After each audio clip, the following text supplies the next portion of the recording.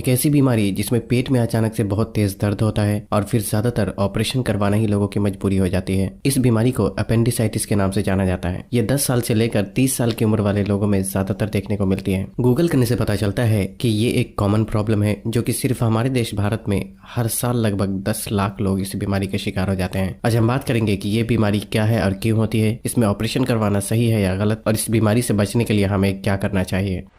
दरअसल हमने वीडियो की एक नई सीरीज शुरू करने का इरादा किया है जिसमें हम ऐसी बीमारियों के बारे में जानेंगे जो कि किसी को भी हो सकती है। इस सीरीज को शुरू करने से मेरा मकसद ये है कि लोगों को पहले से ही इन बीमारियों के बारे में पता हो ताकि अपनी गलतियों में सुधार करके वो इन बीमारियों से बच सके। और आज की ये वीडियो उसी सीरीज का पार्ट 1 है जिसमें हम अपेंडिक्स के बारे में बात करेंगे।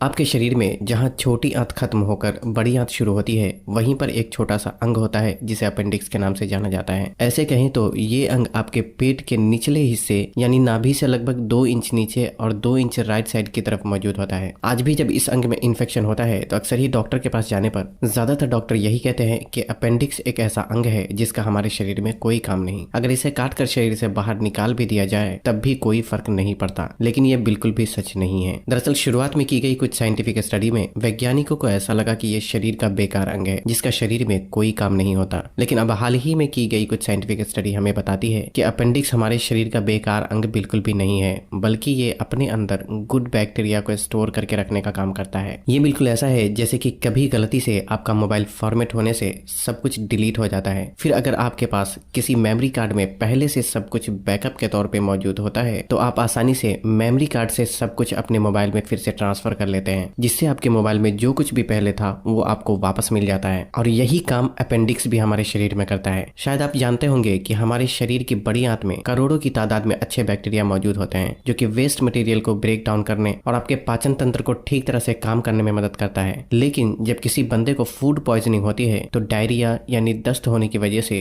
बड़ी आंत से गंदगी के साथ साथ अच्छे बैक्टीरिया भी शरीर से बाहर निकल जाता है। अब यहीं पर अपेंडिक्स मेमोरी कार्ड की तरह बैकअप का काम करता है। जो अच्छे बैक्टीरिया अपेंडिक्स में पहले से जमा रहता है उसे बड़ी आंत में छोड़ दिया जाता है, जिससे कि पाचन तंत्र नॉर्मली पहले की तरह अच्छे से काम करने लगता है। एक बात जो हम इंसानों को वक्त रहते समझ लेना चाहिए कि सिर्फ हमारा शरीर ही नहीं बल्कि इस पूरी दुनिया में अल्लाह रब्बुल इज्जत ने एक भी ऐसी चीजें नहीं बनाई जिसका कोई काम ना हो, लेकिन हमारी समझ ही इतनी लिमिटेड है कि हम चाह कर भी सब कुछ पूरा पूरा नहीं समझ सकते। इसलिए हमें कभी भी अपनी अक्ल पर गुरूर नहीं करना चाहिए, क्योंकि कुदरत के आगे हमारी अक्ल की कोई औकात नहीं।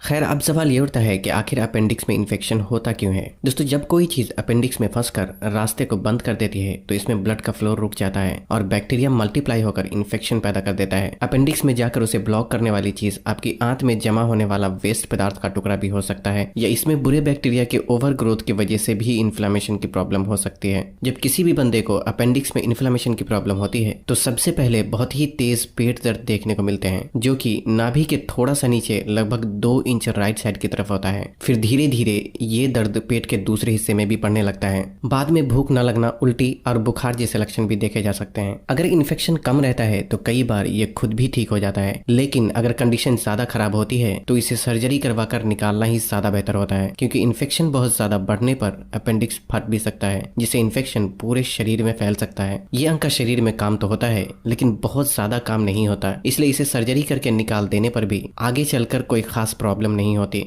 अब बात करते हैं कि इससे बचने के लिए क्या करना चाहिए। अक्सर ही देखा गया है कि बड़ी आंत में जमा होने वाला वेस्ट मटेरियल अगर बहुत ज्यादा सख्त हो तो उसके कुछ टुकड़े भी अपेंडिक्स में फंसकर उसे ब्लॉक कर देते हैं। इसलिए सबसे पहले तो आपको अपने बॉडी में हाइड्रेशन मेंटेन करने की कोशिश करना चाहिए, और इसके लिए दिन भर में 8 से 10 गिलास पानी आपको जरूर पीना चाहिए, जिससे शरीर हाइड्रेट होने के साथ साथ बड़ी आंत में जमा होने वाला वेस्ट मटेरियल भी सॉफ्ट रहता है। जिन लोगों के खाने में फाइबर की कमी होती है उनमें भी ये प्रॉब्लम देखने को मिल सकती है, इसलिए आपको अपने खाने में फल और सब्जी जैसे हाई फाइबर फूड को शामिल करना चाहिए। ज्यादातर ऐसा भी होता है कि जो लोग पिज्जा, बर्गर और इस तरह की मैदे और चीनी से बनी चीजों का ज्यादा इस्तेमाल करते हैं उनमें भी ऐसी प्रॉब्लम देखने को मिलती है, क्योंकि ये आपकी आंतों में ज्यादा समय के लिए रुक जाता है और बुरे बैक्टीरिया को जन्म देने लगता है, जो कि अपेंडिक्स में इन्फेक्शन का एक कारण बन सकता है। हालांकि हफ्ते 2 हफ्ते में एक आध बार इस तरह की चीजों का इस्तेमाल करने में कोई प्रॉब्लम नहीं है। और आखिरी बात ये कि आपको रेगुलर कुछ न कुछ शारीरिक मेहनत का काम भी जरूर करना चाहिए, क्योंकि इससे सिर्फ अपेंडिक्स की प्रॉब्लम ही नहीं बल्कि बहुत सारी बीमारियां आपसे दूर रहती है। पाचन ठीक करने के लिए किस किस गलती में सुधार करना चाहिए जानने के लिए यहाँ क्लिक करके हमारे चैनल पे मौजूद इस वीडियो को जरूर देखें, और तब तक के लिए अपना ख्याल रखें। अल्लाह हाफिज।